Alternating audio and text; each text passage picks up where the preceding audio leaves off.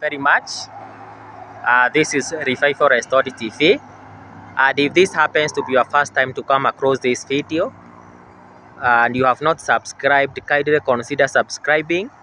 You can as well leave your comment there, you can like, and you can also click the notification bell so that anytime I upload a video, anytime that you are live, you'll be the first person to get notification. Today I want to talk about something very important, and it is on red flags on a relationship or in courtship. Before marriage, before you get married to someone, there is that period of courtship or relationship, and there are some red flags that you can observe, and these red flags can help you to know whether your marriage is going to work out or not. Why am I doing this video? I'm doing this video because I have been approached by a lot of people who are seeking divorce. Others have separated, and still there are many people who are in toxic relationship. And therefore, I think it is important if we can be able to handle this topic in a very sober way. Again, we have seen other people killing each other in toxic relationship. Why is this happening? Why are all these things happening?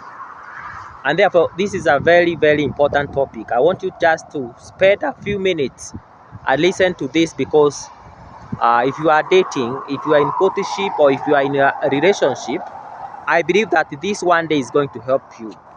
There are those red flags that you can observe from your man or from your lady that you are dating or that you are in courtship with.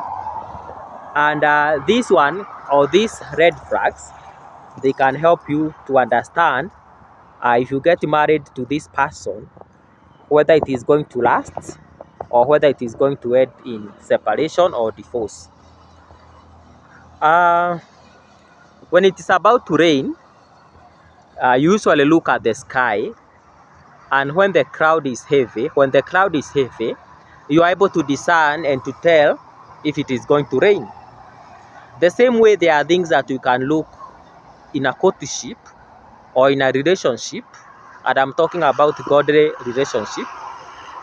There are things that you can observe from your man or from your woman, and you can be able to tell if that relationship is going to work. They are called red flags. I don't ignore them. And one of the red flags, I know that this point is going to be somehow funny, but one of the red flags that you are supposed to observe, if your partner is giving you a lot of gifts.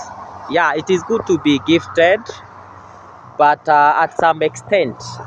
If, for example, your man or your woman is giving you a lot of gifts, you should think about it.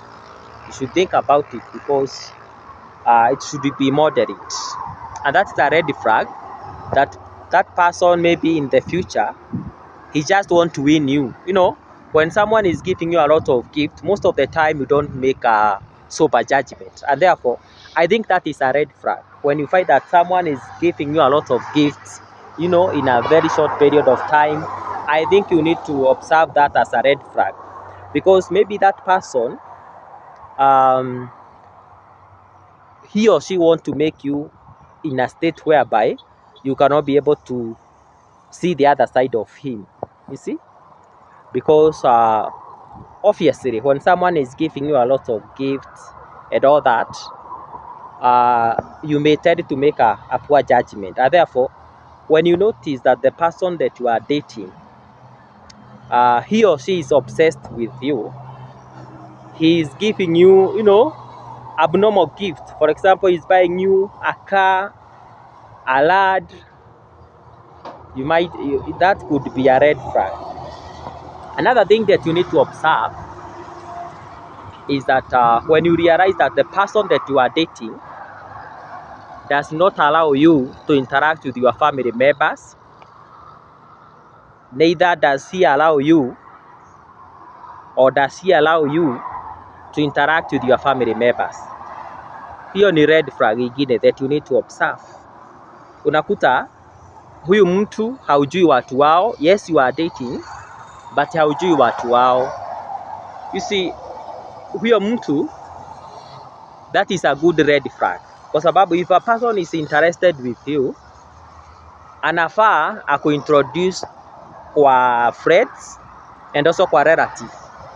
So ukiona mtu ambaye muna date, you are in a courtship, but this person haujui wazazi wake, hataki wajue, I think that's a red flag. I think that is a very very open red flag that you are supposed to observe.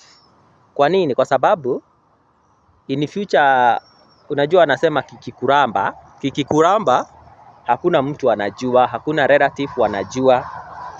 Kwa hivyo ukiobserve and you see that kuna mtu ambaye una date haujajua kwao and maybe mmedate like 5 years, 3 years na bado haja kuonyesha wazazi, that's a red flag. Another thing that you are supposed to observe, if that person is so secretive with his life, as in huyo mtu, there is someone who is calling me at this time. Who is this now? Sorry for that interruption.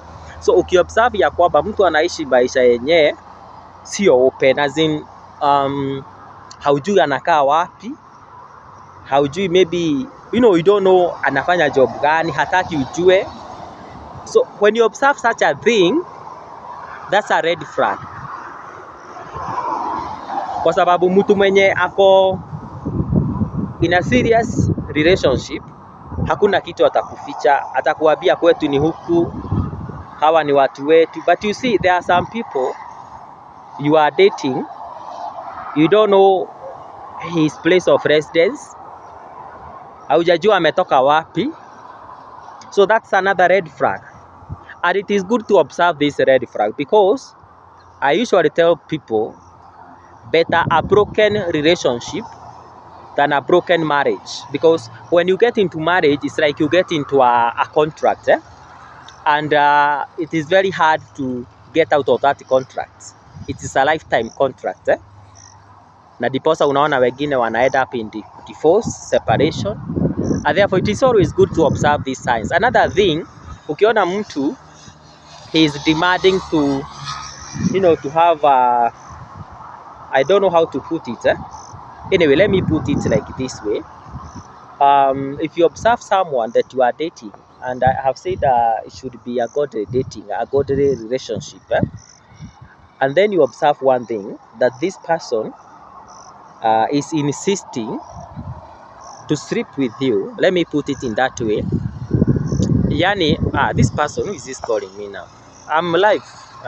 Okay, if you notice that yule mtu that you are in relationship with, maybe nyote mmeokoka, and I insist uende kwake, sijui you spend a night there, sijui silipofa, mnasitaga silipofa, that is bad. So mtu mwenye anakupenda can wait.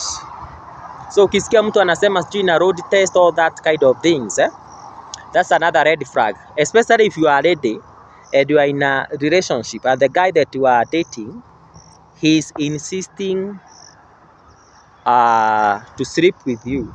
Hiyo ni another red flag. Maybe that person want to use you and at some time dump you. So what I'm saying, a person who loves you can wait until marriage, anaweza gojea mpaka muoane. Kwa hivyo ujihadhari sana, especially for ladies,